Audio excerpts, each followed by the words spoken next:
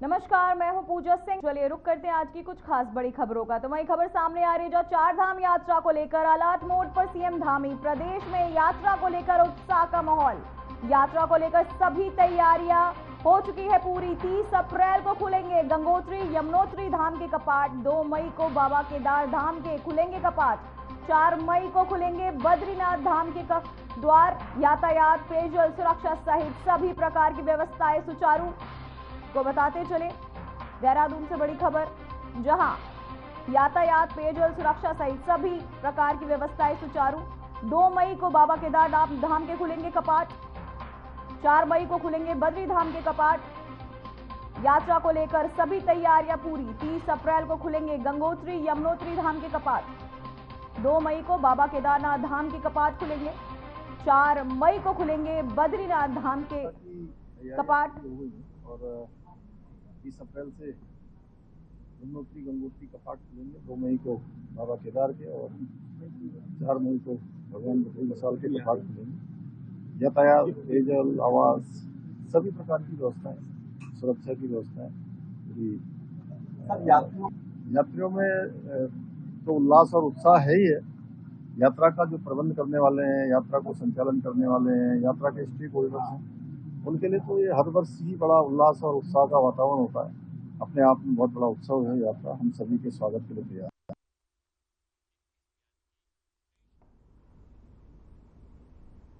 तो वही चारधाम यात्रा से पहले सीएम धामी ने दी कड़ी चेतावनी। चारधाम यात्रा की सुरक्षा पर जाए विशेष ध्यान। बैठक में अधिकारियों को दिए निर्देश। चारधाम यात्रा को लेकर ना चलाई जाए फेक न्यूज। फेक न्यूज चलाने वालों पर होगी सख्त कार्यवाही। तो बताते चले चारधाम यात्रा को लेकर बड़ी खबर, फेक न्यूज चलाने वालों पर होगी कार्यवाही। चारधाम यात्रा से पहले सीएम धामी ने दी कड़ी चेतावनी। चारधाम यात्रा की सुरक्षा पर दिया जाए विशेष ध्यान। बैठक में अधिकारियों को दिए कड़े निर्देश। चारधाम यात्रा को लेकर ना चलाई जाए फेक न्यूज। फेक न्यूज चलाने वालों पर होगी कार्यवाही। चारधाम यात्रा की सुरक्षा पर दिया जाए विशेष ध्यान। बैठक में अधिकारियों को दिए निर्देश। चारधाम यात्रा को लेकर फेक न्यूज ना चलाई जाए, साथ ही फेक न्यूज चलाने वालों पर होगी सख्त कार्यवाही।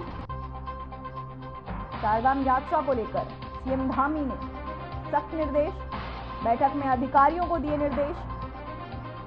चारधाम यात्रा को लेकर ना चलाई जाए फेक न्यूज। फेक न्यूज चलाने वालों पर होगी सख्त कार्यवाही।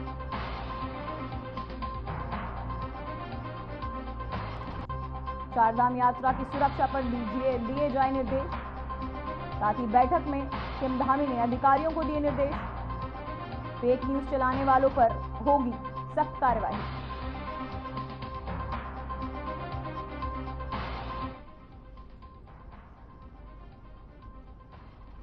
वहीं सीएम पुष्कर सिंह धामी ने दिल्ली पहुंच चुके हैं। साथ ही दिल्ली में पुष्कर सिंह धामी ने केंद्रीय रेल मंत्री अश्विनी वैष्णव से भेंट कर ऋषिकेश कर्णप्रयाग रेल परियोजनाओं के अंतर्गत भारत में सबसे लंबे रेल सुरंग के सफल ब्रेक थ्रू की शुभकामनाएं दी।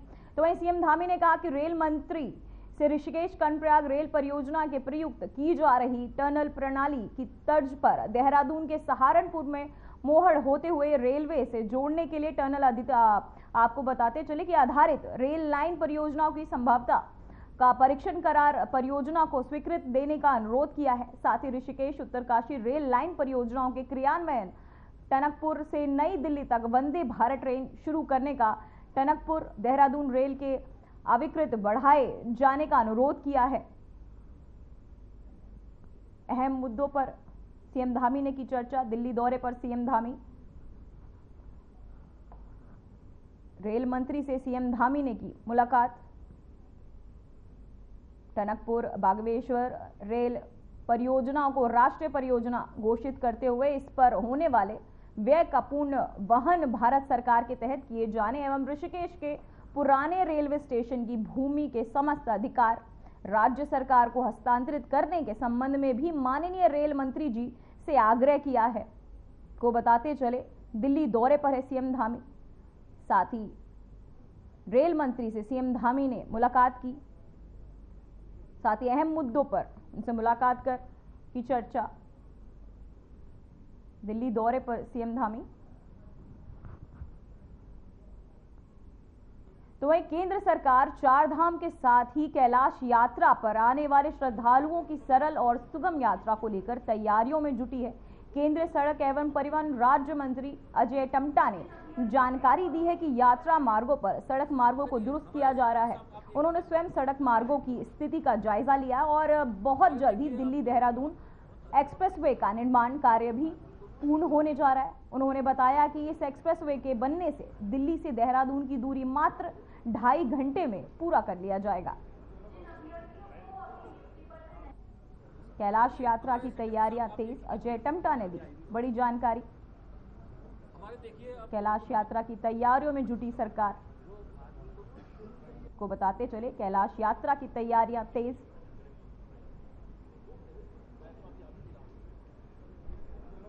कैलाश यात्रा की तैयारियों में जुटी सरकार को बताते चले, कैलाश यात्रा को लेकर सरकार की तैयारियां अब तेज हो चुकी हैं। लगातार माननीय मुख्यमंत्री जी की मॉनिटरिंग हो रही है और हम सब लोग भी देख रहे हैं। ये बड़ा सौभाग्य क्षेत्र है कि हम सबको चार धाम ऐसे तीर्थ स्थान देवभूमि में देश दुनिया के सारे तीर्थयात्री आते हैं और सौभाग्यवान हैं वो लोग जो सब दर्शन कर पाते हैं। इसकी व्यवस्था उत्तराखंड सरकार के माध्यम से लगातार हमारे सभी विभाग के विभागाध्यक्ष कर रहे हैं और चूंकि चार धाम का सारा रोड नेटवर्क NH का है और इसलिए वो सारा रोड जितना भी लगभग हमारा बहुत तेज गति के साथ हम काम को कर पा रहे हैं।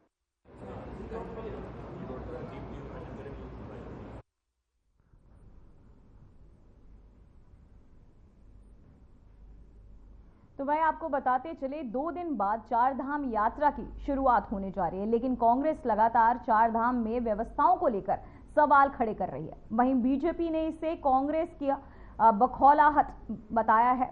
तो वहीं कांग्रेस की बौखलाहट बताते हुए बीजेपी के प्रदेश अध्यक्ष महेंद्र भट्ट ने कहा कि कांग्रेस चार धाम यात्रा को सफलता की ओर बढ़ने का से बौखला रही है। बीजेपी आपको बताते चले, उन्होंने कहा कि महेंद्र भट्ट ने कहा कि हर बार की तरह इस बार भी कांग्रेस चारधाम यात्रा को भ्रम फैला रही है ताकि यात्री चारधाम यात्रा आने से डरे, लेकिन जनता कांग्रेस की सच्चाई जानती है। बीजेपी प्रदेश अध्यक्ष ने दिया जवाब। 30 अप्रैल से शुरू होगी यात्रा। कांग्रेस ने यात्रा की व्यवस्थाओं पर उठाए सवाल। बीजेपी प्रदेश अध्यक्ष ने दिया जवाब।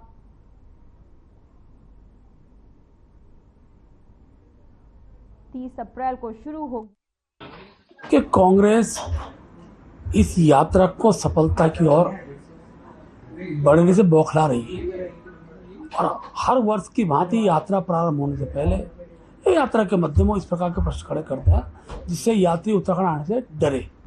लेकिन उत्तराखंड की जनता भी जान चुकी है और यात्रियों को भी पूरा विश्वास है। जब पिछली बार भी यात्रा को प्रभावित करने का प्रयास कांग्रेस द्वारा किया गया, उसके बाद भी यात्रा दुगनी हुई।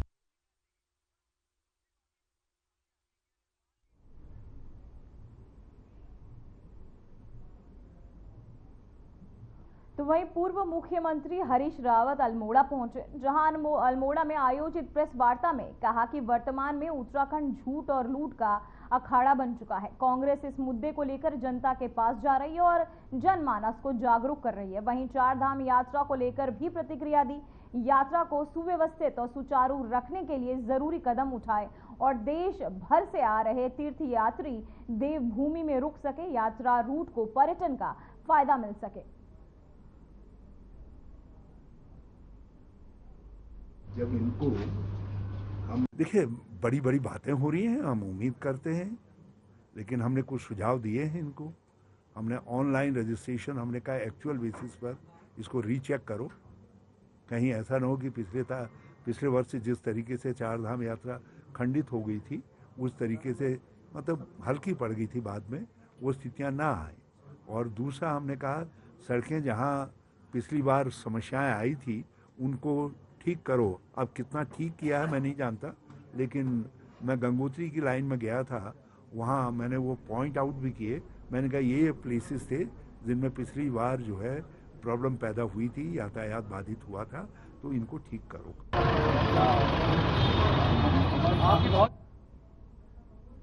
तो वहीं हरिद्वार चारधाम यात्रा का मुख्य द्वार है। देश के कोने कोने से लाखों की संख्या में श्रद्धालु हरिद्वार आते हैं और फिर यहां से अपनी चारधाम यात्रा के लिए रवाना होते हैं। तो वहीं उत्तराखंड में अब चारधाम यात्रा शुरू होने वाली है। यात्रा सीजन को देखते हुए हरिद्वार एसपी ने पुलिस कर्मियों को ब्रीफ किया और उन्हें अपनी ड्यूटी के प्रति सचेत रहने को कहा। 30 अप्रैल को शुरू होगी चारधाम यात्रा। एसएसपी ने पुलिसकर्मियों को दिए निर्देश, यात्रा को लेकर सतर्क रहने के दिए निर्देश, ड्यूटी पर सचेत रहने के भी। तो आगामी चारधाम स्टार्ट जो विधिवत 30 तारीख को होना है, उसकी एक जो ब्रीफिंग भी आज रखी गई थी, उसको भी पुलिस कर्मचारियों को उसको भी बताया गया, अवगत कराया गया। तो आज जो है एक अच्छा कार्यक्रम पुलिस लाइन में किया गया। लेकिन कोई अगर आपके सामने गुस्ताखी करेगा तो आप उसके साथ। तो वहीं चारधाम यात्रा शुरू होने से पहले ही ऊखीमठ में आपको बताते चले 11वें ज्योतिर्लिंग बाबा केदारनाथ की पंचमुखी उत्सव डोली आज अपने शीतकालीन गद्दी स्थल ऊखीमठ से निकल के अपने हिमालय धाम को निकल गई है। बता दें कि बाबा की डोली गुप्त काशी विश्वनाथ मंदिर में रहेगी। 29 अप्रैल को रामपुर फाटा और 30 अप्रैल को गौरीमाई मंदिर गौरीकुंड में रहेगी, लेकिन 1 मई और को गौरीकुंड से 19 किलोमीटर पैदल चढ़ाई चढ़कर अपने हिमालय धाम केदारनाथ धाम पहुंचेगी। बता दें कि 2 मई सुबह 7 बजे देश विदेश के श्रद्धालुओं के लिए 6 माह के लिए कपाट खुलेंगे और 6 महीने यहीं पर बाबा के दर्शन होंगे। व्यवस्थाएं यात्रा के लिए पूर्ण हो चुकी है और जो मतलब दुकानें वगैरह होती हैं, जो श्रद्धालुओं के लिए रास्ते में टेंट वगैरह की व्यवस्था होती है, जीएमबीएन का काम है, वो सब पूर्ण हो चुका है। और जो अन्य व्यवस्थाएं हैं, जैसे पानी की व्यवस्था है, इस बार जो वाटर एटीएम्स वगैरह नहीं लगाए हैं और रास्ते में जो है रास्ते ठीक कर दिए गए। पैदल रास्ता पूरा जो क्षतिग्रस्त हो गया था वो पूर्ण ठीक कर दिया गया है। देश विदेश अब तो यहाँ से डोली निकल रहे हैं और अपने 2 तारीख को सुबह 7 बजे खुलेगी। देश विदेशों आने वाले यात्रियों को इस साल शासन और प्रशासन और अधिकारी वर्ग उस सूक्ष्म से नियोजन किए हैं, किसी को आपत्ति नहीं होगी। ये सब लोगों ने आपने मिल करके सहयोग देके आपको आशीर्वाद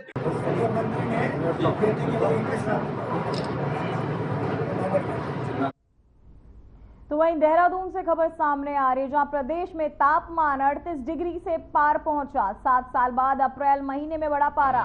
चल रही गर्म हवाओं ने बढ़ाई लोगों की मुश्किल। 29 अप्रैल तक प्रदेश भर में शुष्क रहेगा मौसम। 30 अप्रैल को मौसम में बदलाव होने की संभावना। को बताते चले देहरादून से बड़ी खबर, जहां प्रदेश में तापमान 38 डिग्री के पार पहुंचा। 7 साल बाद अप्रैल महीने में बढ़ा ताप। चल रही गर्म हवाओं ने बढ़ाई लोगों की मुश्किलें। 29 अप्रैल तक प्रदेश भर में शुष्क रहेगा मौसम। 30 अप्रैल को मौसम में बदलाव की संभावना। प्रदेश में तापमान 38 डिग्री के पार पहुंचा। 7 साल बाद अप्रैल महीने में बढ़ा पारा। चल रही गर्म हवाओं ने बढ़ाई लोगों की मुश्किलें। 29 अप्रैल तक प्रदेश भर में शुष्क रहेगा मौसम।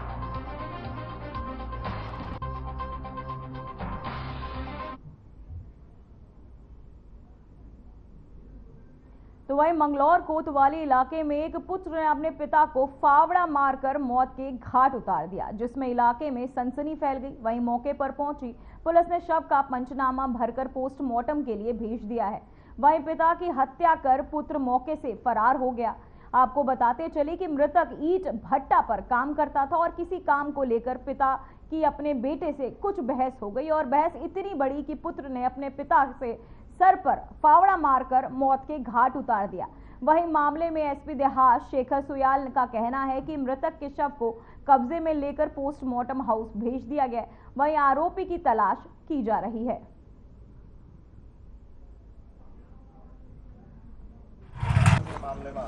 बाप बेटे दोनों वहाँ काम करते थे, तो किसी बात को लेकर दोनों में बहस हुई। तो बताते हैं बहस के दौरान ही जो घर के परिजन थे उन्होंने ये बताया कि बेटे ने पिता को फावड़े से वार किया, तो एट द स्पॉट ही उसकी डेथ होगी और वो तब से फरार है। अभियोग पंजीकृत हो रहा है और आगे हम उसमें जो लीगल कार्रवाई उसको पकड़ने की वो करें।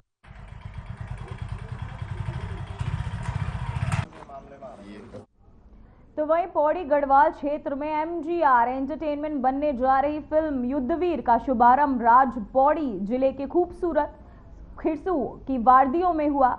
एक फौजी परिवार की परंपरा और समर्पण पर आधारित फिल्म के मुख्य किरदार रमणीक सिंह और रिटायर्ड सूबेदार कौल जीवन दर्शाया गया है, जिसमें उनका सपना है कि आने वाली उनकी कई पीढ़ियां भारतीय सेवा के अपनी सेवाएं देती रहे।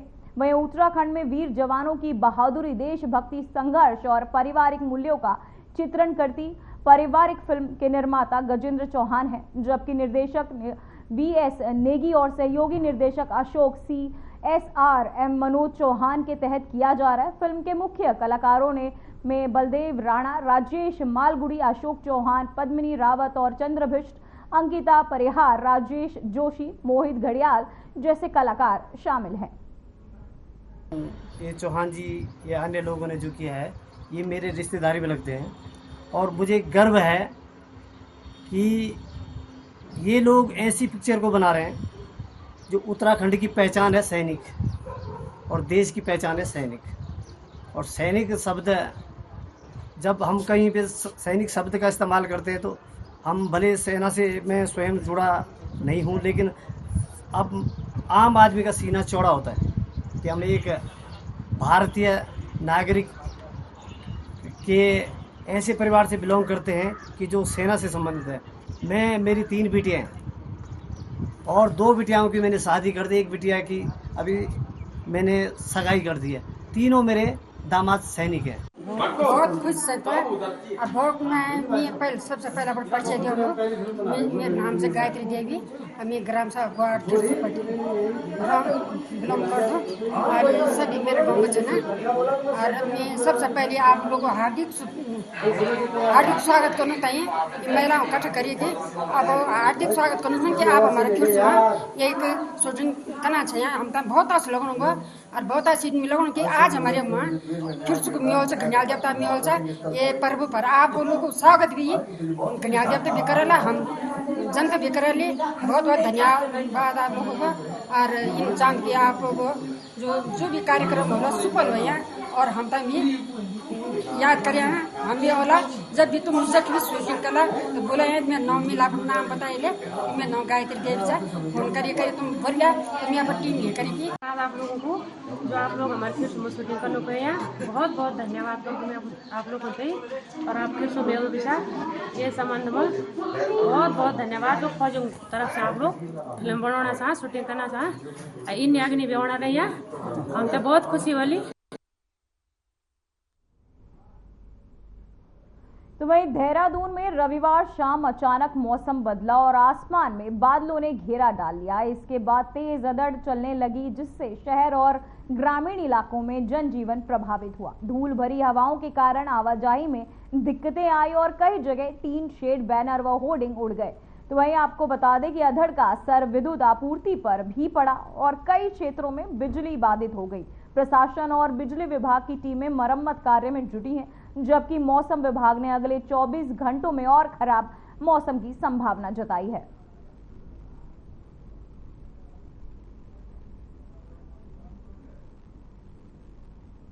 तो वही खबर हरिद्वार से, जहां ग्राम जगतजीपुर से है, जहां एक घर में घुसकर महिलाओं की बेरहमी से पिटाई की गई। इस मामले में डंडे से 2 महिलाओं को पीटते हुए आरोपी का वीडियो वायरल हो रहा है। इस मामले में पीड़ित महिलाओं ने जगजीतपुर चौकी में इंसाफ की गुहार लगाई है। वीडियो में आरोपी की दरिंदगी की हदें पार करता दिखाई दे रहा है। वीडियो में महिलाओं को जमीन पर गिराकर डंडे से पिटाई करता दिखाई दे रहा है। पुलिस वीडियो के आधार पर मामले की जांच कर रही है।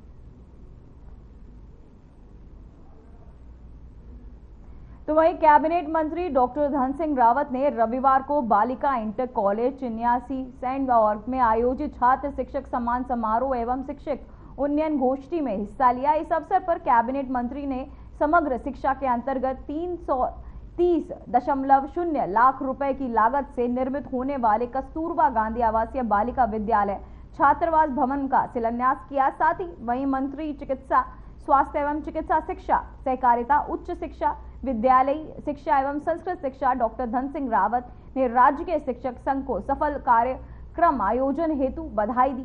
साथ ही संघ भवन हेतु भूमि चिन्हित करने के निर्देश भी दिए। वहीं शिक्षा मंत्री ने कहा कि उत्तराखंड देश का पहला राज्य बना है जिसने बोर्ड परीक्षाओं का परिणाम सबसे पहले घोषित किया है। इंटर कॉलेज में छात्र शिक्षक ये भी कहना चाहता हूँ कि टीचरों की जितनी भी समस्या है उनको हम समाधान करने की ओर जा रहे हैं और मुझे लगता है कि टीचर के जो प्रमोशन की दिक्कत है उसका भी सरकार कोई ना कोई रास्ता जरूर निकाले। तो वहीं मुख्यमंत्री पुष्कर सिंह धामी के निर्देश पर हरिद्वार में 4 धाम यात्रियों के ऑफलाइन रजिस्ट्रेशन की पूरी व्यवस्था कर दी गई है। आज से ऑफलाइन रजिस्ट्रेशन शुरू हो गए हैं। हरिद्वार के ऋषिकुल मैदान में 20 काउंटर बनाए गए। दिव्यांगों और महिलाओं और विदेशी पर्यटकों के लिए अलग काउंटर भी उपलब्ध है। यात्रियों के लिए पानी, टॉयलेट, पंखा, कुर्सी जैसी सुविधाओं के साथ हेल्प डेस्क और प्राथमिक उपचार केंद्र भी बनाए गए हैं।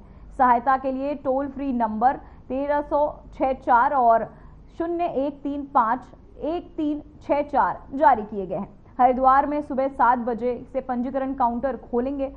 साथ ही 4 धाम यात्रा की शुरुआत 30 अप्रैल से हो रही है। इस अवसर पे आपको बताते चले कि अक्षय तृतीया के दिन गंगोत्री और यमुनोत्री धाम के कपाट भी खोले जाएंगे, जबकि 2 मई को केदारनाथ धाम और 4 मई को बद्रीनाथ धाम के कपाट खोले जाएंगे। इसके बाद 60% पंजीकरण ऑनलाइन के माध्यम से किए गए हैं। सरकार ने श्रद्धालुओं की सुविधा के लिए 40% पंजीकरण ऑफलाइन करने की व्यवस्था की है।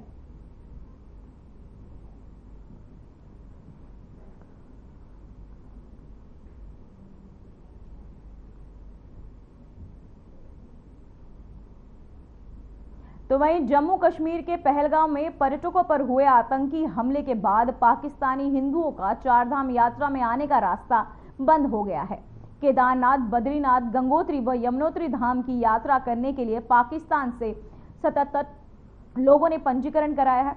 इस बार 4 धाम यात्रा के लिए यूनाइटेड स्टेट, नेपाल और मलेशिया से सबसे अधिक पंजीकरण किए गए हैं। आपको बता दें कि 30 अप्रैल से शुरू हो रही 4 धाम यात्रा के लिए ऑनलाइन पंजीकरण का आंकड़ा 21 लाख पार हो चुका है।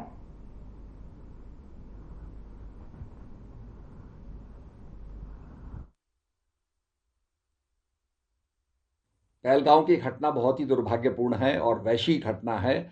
मैं उसकी कड़ी निंदा करता हूं और जो दिवंगत आत्माएं हैं उनको श्रद्धांजलि अर्पित करता हूं और भगवान से प्रार्थना करता हूं कि उनको अपने श्री चरणों में स्थान दें। हमारे जो पर्यटन केंद्र हैं, पर्यटन की जगह हैं, वहाँ पर निश्चित रूप में लोग जा रहे हैं और वहाँ पर सुरक्षा तैनात होनी चाहिए। इसके साथ साथ टेररिज्म और टूरिज्म एक साथ नहीं जा सकता है। तो मैं ये कहना चाहूँगा कि इस समय हमारे उत्तराखंड के अंदर जो हमारी यात्रा चालू होने वाली है उसके लिए हम लोग जो है केदारनाथ के अंदर हमारे पास जो पंजीकरण हुआ है 7,23,074 लोगों का पंजीकरण हुआ है। बद्रीनाथ के अंदर 6,41,090 का हुआ है। यमुनोत्री धाम में 3,46,967 लोगों का पंजीकरण हुआ है। गंगोत्री धाम में 3,77,000। फिलहाल बुलेटिन में बस इतना ही। मुझे दीजिए इजाजत। नमस्कार।